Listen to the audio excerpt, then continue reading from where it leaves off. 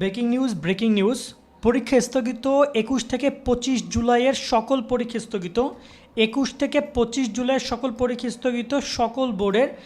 Breaking news, বন্ধুবান্ধবদেরকে mention করে দাও, ভিডিওটি শেয়ার করে দাও।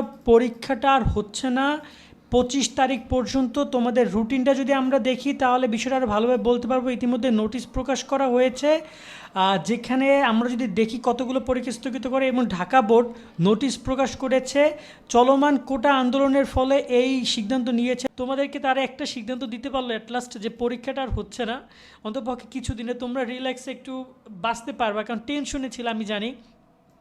সর্বশেষ এখানে নোটিশ প্রকাশ করেছে ঢাকা বোর্ড, যেখানে বলেছে 21 তারিখ, 23 তারিখ, 25 তারিখের পরীক্ষাগুলো স্থগিত।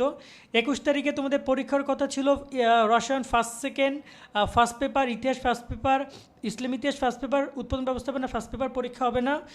23 তারিখে তোমাদের রসায়ন দ্বিতীয় পত্র, ইসলাম ইতিহাস দ্বিতীয় পত্র, ইতিহাস দ্বিতীয় পত্র, উৎপাদন ব্যবস্থাপনা দ্বিতীয় পত্র পরীক্ষা হবে না, এবং অর্থনীতি পরীক্ষা হবে না। 25 তারিখ পর্যন্ত সকল পরীক্ষা স্থগিত করা হয়েছে।